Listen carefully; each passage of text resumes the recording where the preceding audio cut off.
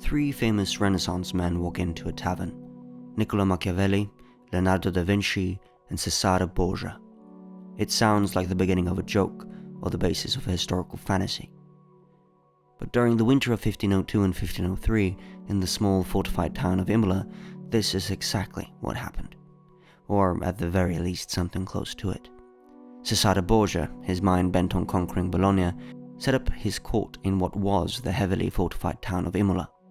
With him, he had the greatest of Renaissance men, Leonardo da Vinci, at the time employed in Borgia's court as a military engineer and innovator. And on the 7th of October, Niccolò Machiavelli arrived in the very same town on behalf of the city-state Florence. Walter Isaacson paints a vivid picture in his biography of Leonardo da Vinci, stating that, as if in a historical fantasy movie, three of the most fascinating figures of the Renaissance, a brutal and power-crazed son of a pope, a sly and amoral writer-diplomat, and a dazzling painter yearning to be an engineer, were holed up in a tiny fortified walled town that was approximately 5 blocks wide and 8 blocks long. The brutal, power-crazed son of a pope was Cesare Borgia, his father Pope Alexander VI. Machiavelli, the amoral writer, most famous perhaps for his instructional guide for new royals and princes, titled The Prince, which allegedly is modelled after Borgia's unrelenting fight for power. And lastly, the painter and wannabe wartime engineer, a man not usually in need of introduction, Leonardo da Vinci.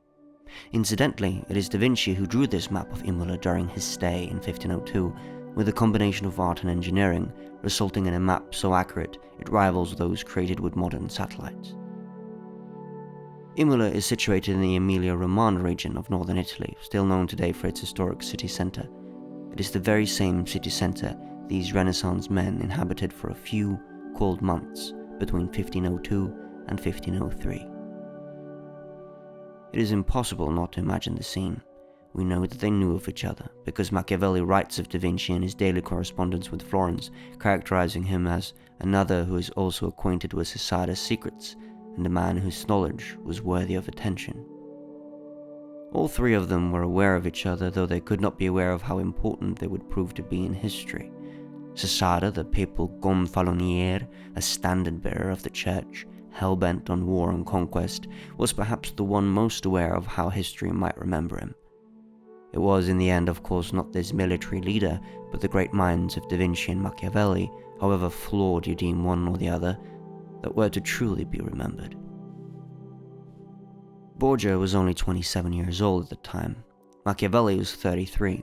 Da Vinci, in comparison, already an old man at 50. Is it possible that they met, sat down, drank wine, and talked? And what would such a conversation sound like? Probability and possibility are two entirely different things. However implausible, it remains difficult not to imagine. They were there for the same few winter months, in the same small walled town, having much to do with each other. By March of 1503, Leonardo had left the brutal Borgia's service, not long after Borgia displayed his brutality by cutting up one of Leonardo's friends. Machiavelli had been recalled to Florence some time before. And in the end, the brute Cesare Borgia died after receiving multiple stab wounds in a battle against the Kingdom of Navarre in 1507, at the time still commanding his papal army.